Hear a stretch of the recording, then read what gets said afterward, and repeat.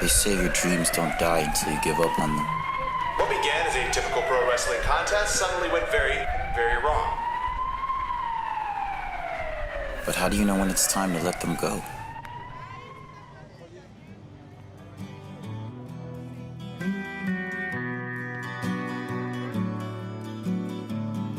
My name is Mike Hartman.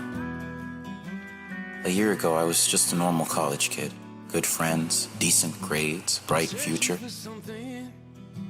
And I walked away from it all to chase the bright lights and the big stage of professional wrestling. 6 months ago, I got off a bus in Philadelphia, ready to make my dream a reality. I failed miserably. I've been conned. I've been beaten. I've been broken. Is it time to let this dream die? Holding you tight, 'cause my angels get slayed by the demons of the night. Right now I'm in Texas, a place called the Last Territory. No money, no job, no friends. But for the first time in a long time, I have hope. When you're chasing a dream, sometimes that's all you need. My name is Mike Hartman, and I'm not ready to give up on this dream. I will be a professional wrestler.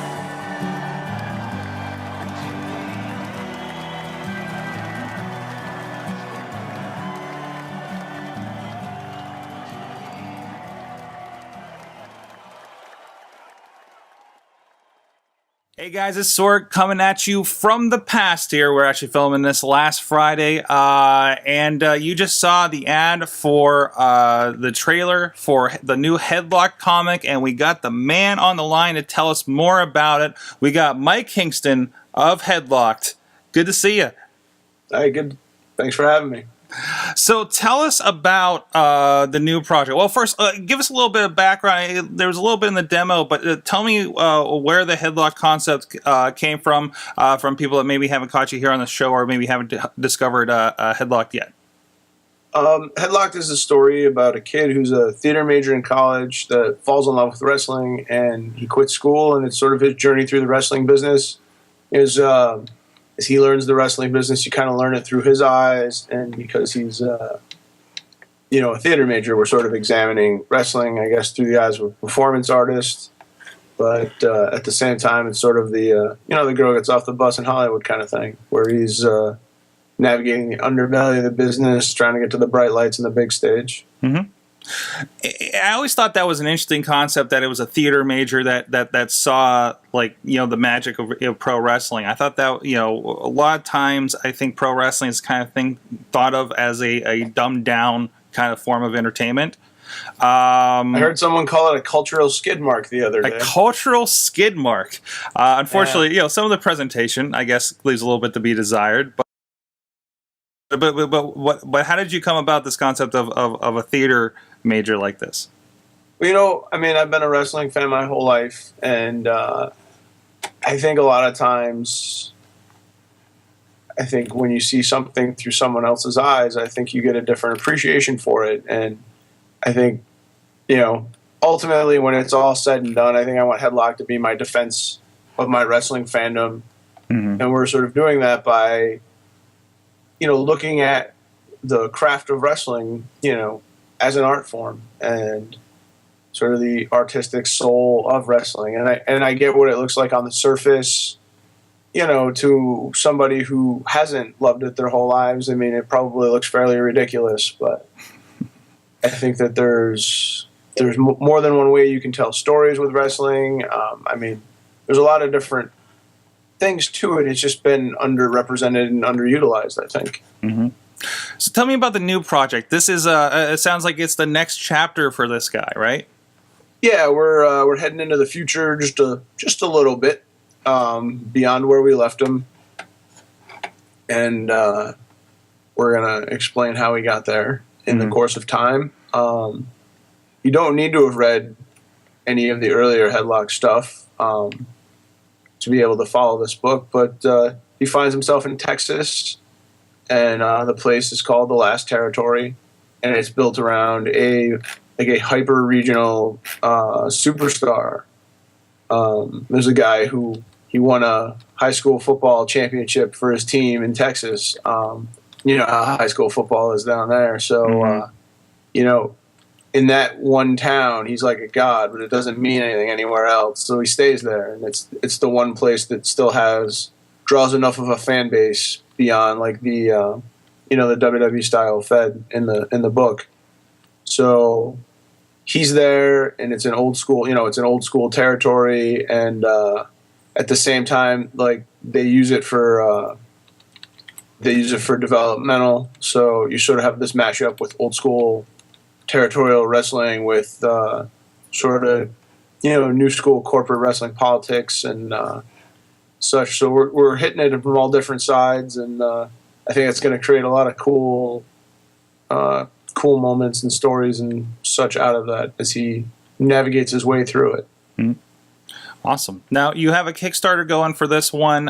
Looks like it's real close to the goal as of this recording. It's at just over $15,000 of your $16,000 goal, and you still got 28 days to go.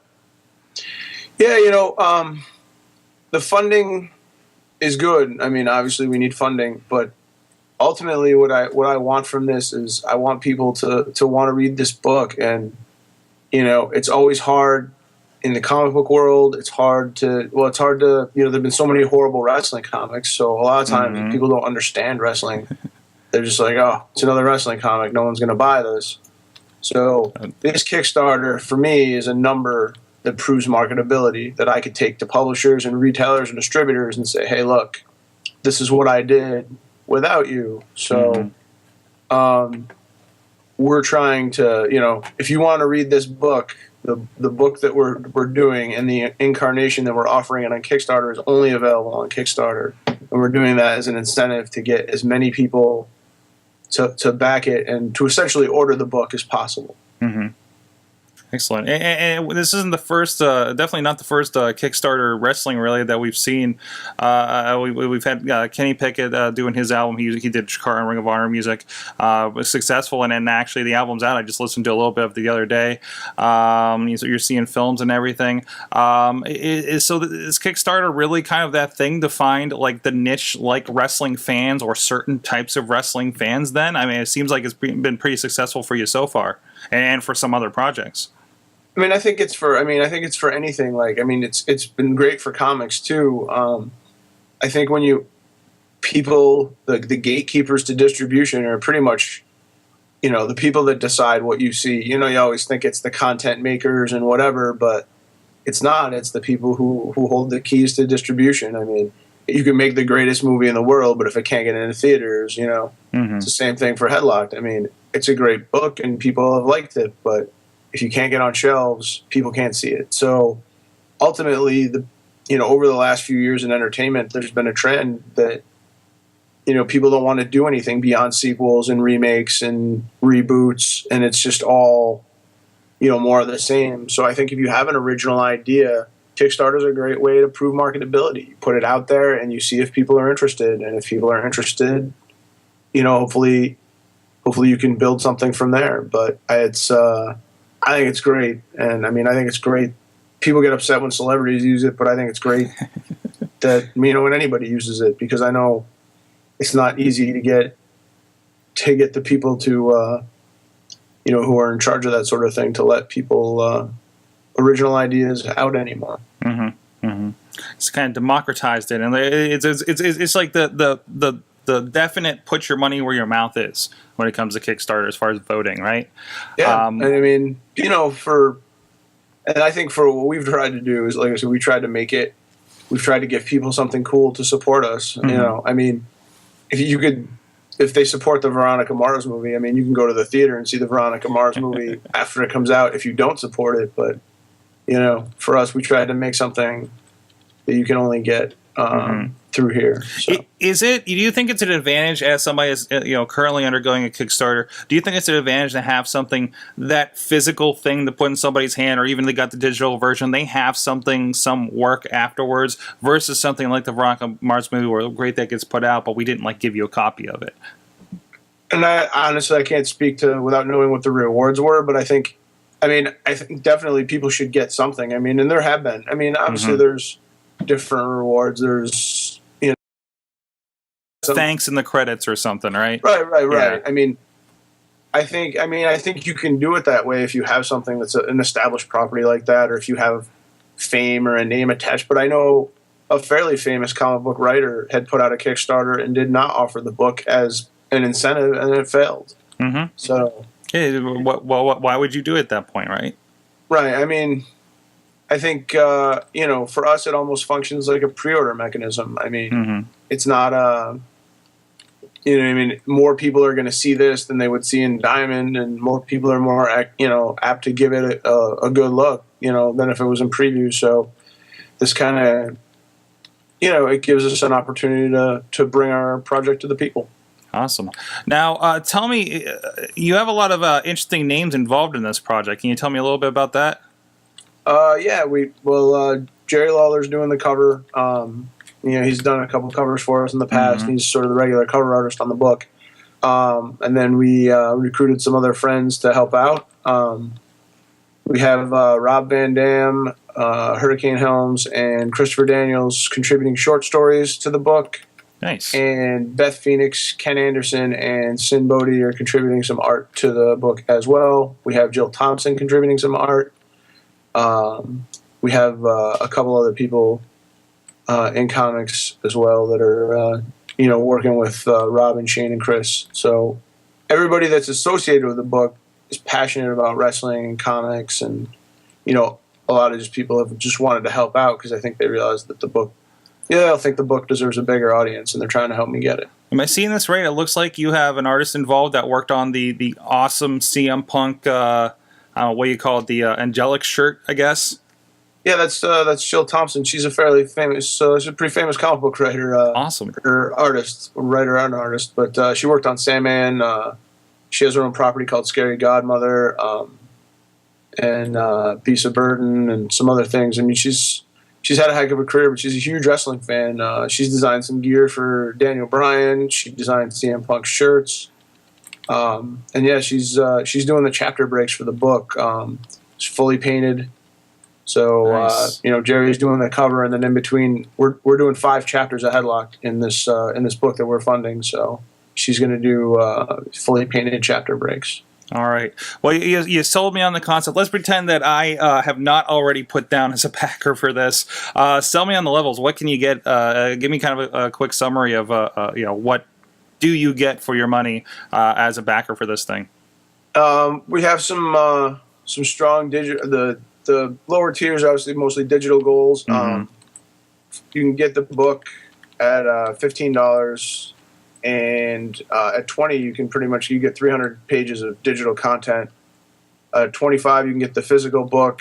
$35 it's signed by Jerry, and then it goes up from there. We have some higher tiers where you can be drawn into the book as a character. What else?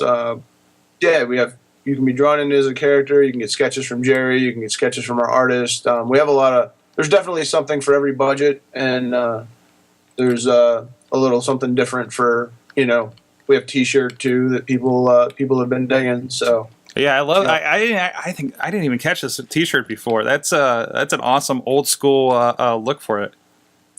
Yeah, we thought it would be just kind of a fun thing to do. Beyond. The book's obviously kind of dark and gritty and whatever, but we thought it would be kind of fun to contrast that with a 60s style comic book cover T-shirt. Awesome. All right. Well, I can't have you on the Mayhem Show without asking the big question. I don't think you've been on since we started asking this one. So this is kind of our kind of Mayhem Show personality test. All right. So are you ready for this? I'm absolutely ready for it. The big question is, if you could be any vegetable, what would it be? Any vegetable, huh? That's a tough one. I think I'd have to go with onions. I think I'd be an onion. Why an onion? Because eventually I'll make you cry. So Mike Kingston joining us here on the Mayhem Show. And again, check it out at headlockedcomic.com. Your Twitter, of course, is headlockedcomic. I know he's a good one to follow. And you see him around a lot of the cons. I know I just spotted you at WrestleCon this past year. Sure, and we've done we did Florida SuperCon in July, which is a fantastic show. Oh my god, I can't even tell you how much fun that is. San Diego Comic-Con we did. I just did Wizard Chicago last week, and have Baltimore Comic-Con coming up in September. Baltimore was a fun one. I was there 2 or 3 years ago, I think. That's a nice big one. And then New York Comic-Con in October with Jerry again. Nice. Go check them out.